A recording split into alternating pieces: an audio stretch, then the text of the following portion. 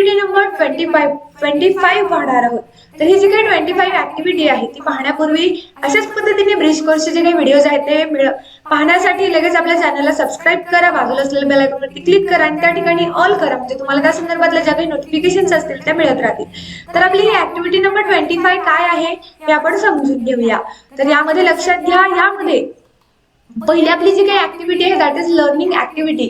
यामध्ये आपल्याला एक पॅसेज देण्यात आलेला आहे आणि त्या पॅसेजचा व्यवस्थित अभ्यास करून आपल्याला त्याच्यावर आधारित जे काही प्रश्न विचारण्यात आलेले आहेत त्यांची उत्तर द्यायची आहेत.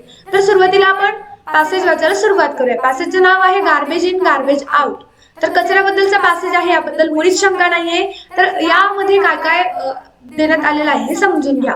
Garbage is a great environment hazard. Garbage हा आपल्या पर्यावरणाला सगळ्यात घातक असा घटक आहे. It comes from the various sources: newspaper, tiffins packing, plastic bags, ice cream wrappers, bottle caps, fallen leaves from the trees and many more. तर कचरा कुठून उत्पादित होतो, त्याचे स्रोत कोणते कोणते? तर बरेचसे स्रोत आहेत. आपण यूज केलेला पेपर असेल, टिफिनच्या पॅकिंग्स असतील, प्लास्टिकच्या पिशव्या असतील, आईस्क्रीमचे रॅपर्स असतील, कुरकुऱ्याचे रॅपर्स असतील, बिस्किटचे रॅपर्स असतील. तुम्ही म्हणाल मॅम याच्यामध्ये फक्त आईस्क्रीमचे रॅपर्स देण्यात आलेले आहेत, कुरकुरे आणि बिस्किटचे रॅपर्स देण्यात आलेले नाही आहेत. सो आम्ही जास्त कुरकुरे आणि चॉकलेट्स खाणार, मग आता तसं काही नाहीये. प्रत्येक प्रोडक्टचे जे काही रॅपर्स आहेत ते सुद्धा वेस्ट प्रोडक्ट असतात. बॉटल कॅप्स असतील, वेगवेगळ्या झाडापासून पडणारे लीव्स असतील, तर हे सर्व काय आहेत? वेस्ट प्रोडक्ट्स आहेत. त्यानंतर नेक्स्ट आहे गार्बेज. गार्बेज काय करतात? आपला जो काही परिसर आहे त्याला अगली बनवतात, घाण बनवतात आणि त्यामुळे बऱ्याचशा आजारांची पैदास सुद्धा त्या ठिकाणी होते. त्यानंतर मोठ्या प्रमाणामध्ये जेव्हा गार्बेज जमा होतो तर तो जो काही गार्बेज आहे त्याला रिसायकल केलं जातं, रियूज केलं जातं. उदाहरणामध्ये पेपर असतील, मेटल्स असतील, ग्लास असतील, तर असे वेगवेगळे प्रोडक्ट्स काय केले जातात, वेगवेगळे वेस्ट मटेरियल्स जे काही डिस्पोजल्स असतात, तर जंक डीलर्स असतात, ते जमा करतात आणि त्याचं रिसायकलिंग करून त्यांना परत मार्केटमध्ये विकलं जातं. It also contains organic matter such as leaves. याच्यामध्ये फक्त इनऑर्गॅनिक मॅटर असतो का? नाही, तर ऑर्गॅनिक मॅटर सुद्धा असतो. त्यामध्ये लीव्स असतील वेगवेगळ्या ट्रीचे, किंवा मग एनरिच ऑइल फर्टिलिटी असेल, असे बरेचसे घटक आपल्याला पाहायला मिळतात. तर जे काही ऑर्गॅनिक सबस्टन्सेस असतात त्यापासून आपल्याला कंपोस्ट मिळतं. कंपोस्ट म्हणजे काय? तर खत मिळतं. तर आता यावर आधारित जे काही प्रश्न आहेत त्या प्रश्नांची उत्तरे लिहायला आपण सुरुवात करूया. यामध्ये क्वेश्चन ई पर्यंत जे काही क्वेश्चन्स आहेत त्या पॅसेज वरती डिपेंडेंट आहेत. So let's see it. चला त्यांची उत्तरे लिहायला सुरुवात करूया. तर ही आहे आपली ऍक्टिव्हिटी नंबर 25. तर त्यामध्ये पहिला क्वेश्चन आहे, read the following passage and choose correct answer. तर जो काही खालील देण्यात आलेला पॅसेज आहे तो व्यवस्थितपणे वाचा आणि त्याचे जे काही करेक्ट आन्सर्स आहेत ते द्या. त्यामध्ये पहिला क्वेश्चन लक्षात घ्या, गार्बेज ओरिजिनेट्स फ्रॉम. गार्बेज कुठून ओरिजिनेट होतो? तर त्याचे बरेचसे स्रोत आहेत.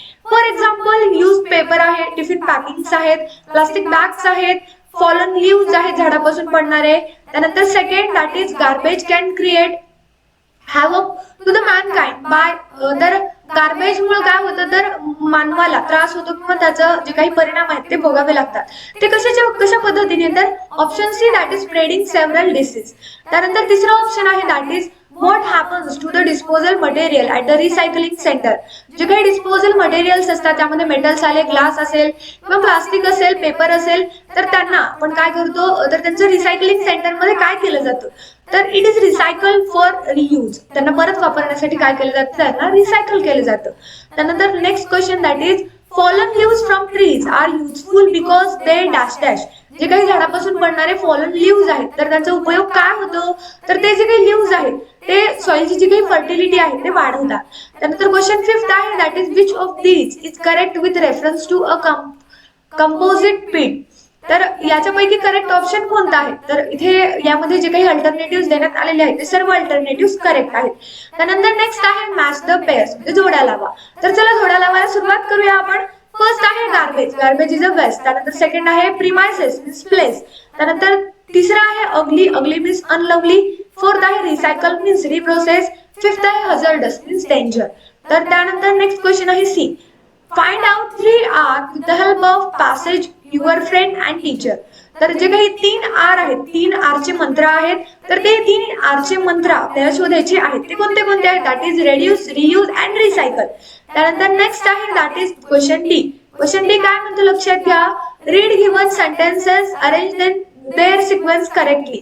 तर इथे आपल्याला रिसायकलिंग ऑफ पेपरचा जो काही क्रम असतो रिसायकलिंग करण्याचा तो देण्यात आलेला आहे, पण त्याचे जे काही सेंटेन्सेस आहेत ते मात्र कशाही पद्धतीने अरेंज केलेले आहेत, तर त्यांना आपल्याला प्रॉपरली अरेंज करायचं आहे विथ सिक्वेन्स. तर मी इथे त्यांना सिक्वेन्सनी अरेंज केलेलं आहे. सी हिअर, फर्स्ट सिक्वेन्स काय येतो, submerge small pieces of paper in water. Second, make a wet paste of this paper by pounding it. त्यानंतर तिसरा सिक्वेन्स आहे that is spread the paste uniformly on a wire mesh frame. त्यानंतर fourth that is let excess water drain off. त्यानंतर fifth आहे that is soak the remaining water with the cloth. त्यानंतर sixth आहे remove the sheet and keep it under the sun for drying. And the last one that is you recycle paper. आणि अशा पद्धतीने आपण पेपरला recycle केलं. त्यानंतर next question आहे E that is fill in the blanks with correct alternative given in the bracket. तर measure to minimise the use of plastic या संदर्भाखाली आपल्याला ज्या काही रिकाम्या जागा आहेत त्या देण्यात आलेल्या आहेत, आणि यामध्ये लक्षात घ्या या ज्या काही रिकाम्या जागा आहेत त्या आपल्याला ब्रॅकेट मधल्या करेक्ट ऑप्शन चूज करून भरायच्या आहेत. सो रेडी गाईज, पहिली रिकामी जागा येते use plastic bags whenever possible. त्यानंतर second one that is don't use plastic bags for storing eatables. ज्या काही खाण्याच्या वस्तू असतात, अन्न पदार्थ असतात, त्याच्यासाठी प्लास्टिक बॅग वापरायच्या नाहीत. त्यानंतर तिसरा आहे यूज द क्लॉथ बॅग और jute bag as a replacement of plastic. प्लास्टिकच्या बदल्यामध्ये किंवा प्लास्टिक ऐवजी आपण काय वापरू शकतो, तर क्लॉथ बॅग आहे, ज्यूट बॅग आहे, ते आपण यूज करू शकतो. त्यानंतर आहे never burn things made of plastic. तर प्लास्टिक पासून बनलेल्या ज्या काही वस्तू आहेत त्या कधीही जाळू नका. त्यानंतर फिफ्थ आहे if possible convert all the kitchen waste into manure by vermicomposting. तर गांडूळ खताच्या मदतीने काय करा, किचन वेस्ट असतं ज्यामध्ये सर्व ऑर्गॅनिक सबस्टन्सेस असतात, तर त्या ऑर्गॅनिक सबस्टन्सेस मध्ये पॉसिबल असेल तर त्यांना कन्वर्ट करा. त्यानंतर सिक्स्थ आहे don't put garbage in plastic bags and throw it away. तर जे काही गार्बेज आहे ते प्लास्टिक बॅग्स मध्ये ठेवू नका, त्याला टाकून द्या.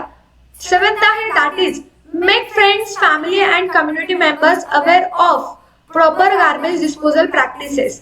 तर आपले फ्रेंड्स आहेत किंवा रिलेटिव्ह आहेत, तर त्यांना व्यवस्थितपणे जे काही गार्बेज आहे त्यांचं डिस्पोज करायला शिकवा व त्यांच्याबद्दल अवेअरनेस आपल्याला करायला हवी. त्यानंतर नेक्स्ट काय आहे लक्षात घ्या, 1 minute, I will show you the PDF. Okay, तर इथे लक्षात घ्या. त्यानंतरचा नेक्स्ट आहे दॅट इज आपल्याला प्रॅक्टिस साठी सुद्धा एक पॅसेज देण्यात आलेला आहे. त्यामध्ये सुद्धा आपल्याला काय करायचं आहे, जो काही पॅसेज देण्यात आलेला आहे तो व्यवस्थितपणे वाचायचा आहे आणि त्यावर आधारित जे काही प्रश्न आहेत त्यांची उत्तरे सुद्धा आपल्याला द्यायची आहेत. पॅसेजचं नाव आहे प्लास्टिक इन आवर लाईफ. आपल्या जीवनातलं प्लास्टिक. तर यामध्ये काय देण्यात आलेलं आहे लक्षात घ्या. Plastics burning or heating produce toxic gases and smoke. प्लास्टिकला जर आपण जाळलं किंवा त्याला उष्णता दिली तर त्यापासून टॉक्सिक गॅसेस आणि स्मोक येतात. त्यानंतर second one that is plastic waste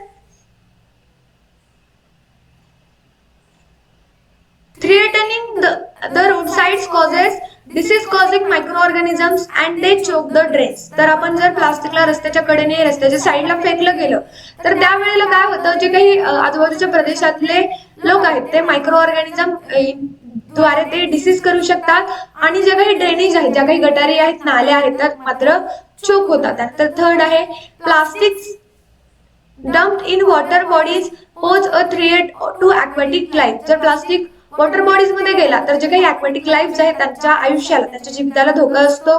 त्यानंतर पुढचा आहे that is plastics prevent the rain water from sipping into the ground. तर जो काही पाऊस आहे तर तो पाऊस जमिनीवर पडण्यापासून प्लास्टिक त्यांना रोखत असतो. त्यानंतर फिफ्थ आहे that is dumping plastics in the ground reacts the plants growing in the area as they do not get enough water from the soil. तर जे काही प्लास्टिक आहे त्याचा परिणाम आजूबाजूच्या प्रदेशामध्ये असलेल्या वनस्पतींवरती सुद्धा आपल्याला पाहायला मिळतो. त्यामध्ये काय होतं तर त्या वनस्पतींना त्यांना हवं तेवढं जे काही जमिनीकडून लागणारं न्यूट्रिशन आहे किंवा बाकीच्या गोष्टी आहेत त्या मिळत नाहीत. यावर आधारित प्रश्न आता लक्षात घ्या. यावर आधारित तीन प्रश्न आहेत. दॅट इज पहिला प्रश्न आहे what happens when people dump plastics in the ground. काय घडतं जेव्हा लोक काय करतात, प्लास्टिकला लोक जमिनीमध्ये टाकतात. तर plastics dumping in the ground affects the plants growing in that area and they do not get enough water from the soil. त्यानंतर नेक्स्ट क्वेश्चन आहे that is what is the main effect of plastic to aquatic life. जे काही plastic असतं त्याचा aquatic life वरती काय परिणाम होतो. Plastic threat to aquatic life. Aquatic लाईफचं जे काही अस्तित्व आहे ते नष्ट करण्याचं काम आपला प्लास्टिक करत असतो. त्यानंतर नेक्स्ट आहे that is question number 3. When we burn plastic what happens. जेव्हा आपण प्लास्टिक बर्न करतो त्यावेळेला काय घडतं तर त्यावेळेला जो काही प्लास्टिक आहे तो टॉक्सिक गॅसेस किंवा स्मोक प्रोड्यूस करतो. त्यानंतर आणखी एक पॅसेज आहे आपल्याला दॅट इज वर्मी कंपोस्टिंगचा तो पॅसेज आहे. वर्मी कंपोस्टिंग कशा पद्धतीने केली जाते तर याबद्दलचा तो पॅसेज आहे. 1 मिनिट. सो सी हिअर, इकडे लक्ष द्या. वर्मी कंपोस्टिंग मध्ये ती मेथड काय आहे, त्यामध्ये काय वापरलं जातं याबद्दलची ती माहिती आहे. So let's start. Method of preparing compost with the help of red worms is called vermi composting. Red worms म्हणजे जे काही गांडूळ असतात त्यांच्या मदतीनं खत तयार करणे यालाच आपण वर्मी कंपोस्टिंग म्हणतो. Red worms do not have teeth. They have a structure gizzard which helps them to grinding their food. The red worm can eat food equal to its own weight. It has 3 to 4 week loose soil-like materials is observed, which is the vermicompost. Dry it in the sun for few hours and now it can be used in plants and gardens. तर यावर आधारित जे काही प्रश्न आहेत आणि शेवटची एक ऍक्टिव्हिटी आहे that is evaluation.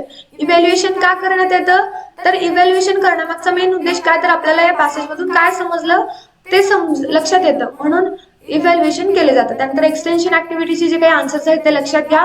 What is vermi composting. The method of preparing compost with the help of red worms is called vermi composting. त्यानंतर सेकंड आहे how red worm prepare vermi compost. जे काही रेड वर्म असतात ते वर्मी compost कशा पद्धतीने करतात तर त्यांच्याकडे gizzard बॉडी असते. ड्यू टू दॅट ते काय करतात तर ते एअरला एरेटेड बनवतात. त्यानंतर नेक्स्ट आहे इव्हॅल्युएशनची क्वेश्चन. क्वेश्चन नंबर फर्स्ट आहे what are the sources of garbage. गार्बेजचे वेगवेगळे सोर्सेस कोणते आहेत तर बरेचसे सोर्सेस आहेत.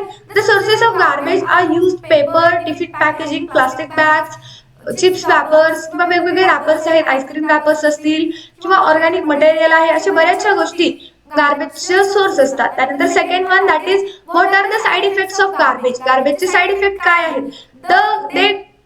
The garbage have adverse side effects on our earth. जे काही गार्बेज आहे तर त्याचे ऍडवर्स साइड इफेक्ट्स आपल्या पृथ्वीवरती आपल्याला पाहायला मिळतात. That is on our health and earth. आपल्या तर आरोग्यावरती परिणाम होतो तर पृथ्वीवरती सुद्धा होतो. Due to which we can cause many disease. त्यामुळे आपल्याला बरेचसे आजार सुद्धा उद्भवतात. त्यानंतर नेक्स्ट आहे व्हॉट आर 3 R's. 3 R कोणते आहेत that is reduce, recycle and reuse. त्यानंतर चौथा आहे that is write 2 names of organic garbage. Organic गार्बेजचे आपल्याला 2 नेम्स लिहायचे आहे that is rotten fruits, vegetable waste material, dry leaves. त्यानंतर फिफ्थ क्वेश्चन आहे that is who helps to compost organic leaves in worming compost. तर कोण मदत करतं आपल्याला दॅट इज रेड वर्म. त्यानंतर सिक्स्थ आहे that is how worms help to protect from polluting. Worms make soil aerated due to which soil's productivity increases. त्यानंतर last question आहे that is how recycling centre work. जे काही recycling centre असतात ते कशा पद्धतीने काम करतात. Recycling centre collects the waste materials like glass, plastic, process on them and recycle it. तर अशा पद्धतीने हे जे काही रिसायकलिंग काय आहेत सेंटर्स आहेत ते वर्क करत असतात. तर विद्यार्थी मित्रांनो इथे आपली जी काही ऍक्टिव्हिटी नंबर 25 होते ती संपते. तर अशाच पद्धतीने पुढील जे काही आपल्या ऍक्टिव्हिटीजचे व्हिडिओज आहेत, जे काही ब्रिज कोर्सचे व्हिडिओज आहेत ते पाहण्यासाठी लगेच आपल्या चॅनलला सबस्क्राईब करा. बाजूला असलेल्या बेल आयकॉनवरती क्लिक करा आणि त्या ठिकाणी तुम्हाला त्या संदर्भातल्या ज्या काही सूचना असतील त्या मिळत जातील. इकडे लक्ष द्या. तर आपण फक्त ब्रिज कोर्स घेत नाही तर त्याबरोबर आपण लाईव्ह सेशन सुद्धा घेतो. त्यामध्ये आपण 6वी ते 10वी पर्यंत मॅथमॅटिक्स, सायन्स आणि इंग्लिश या तिन्ही विषयाची free of cost live session घेतो. सो तुम्हाला हवं असेल तुम्ही याचा स्क्रीनशॉट घ्या. तुम्हाला काही अडचण असेल तर कमेंट करा किंवा आपल्या स्क्रीनवरती तुम्हाला एक नंबर दिसतोय त्या नंबरवरती तुम्ही मेसेजच्या स्वरूपामध्ये तुमच्या अडचणी विचारू शकता. गाईज आपले सोशल मीडिया अकाउंट्स आहेत. त्यामध्ये टेलिग्राम चॅनल असेल, इंस्टाग्राम अकाउंट असेल तर त्याच्या लिंक्स तुम्हाला या व्हिडिओच्या डिस्क्रिप्शन बॉक्समध्ये मिळतील. तिथून तुम्ही जॉईन होऊ शकता. तशाच पद्धतीने लक्षात घ्या आपल्याकडे 8th स्टँडर्डचे रेकॉर्डेड व्हिडिओ सुद्धा अवेलेबल आहेत बऱ्याचशा सब्जेक्टचे. ते सुद्धा तुम्ही पाहू शकता. So guys, we will stop here. We will meet again in the next session. Bye bye guys. Take care. We will meet again.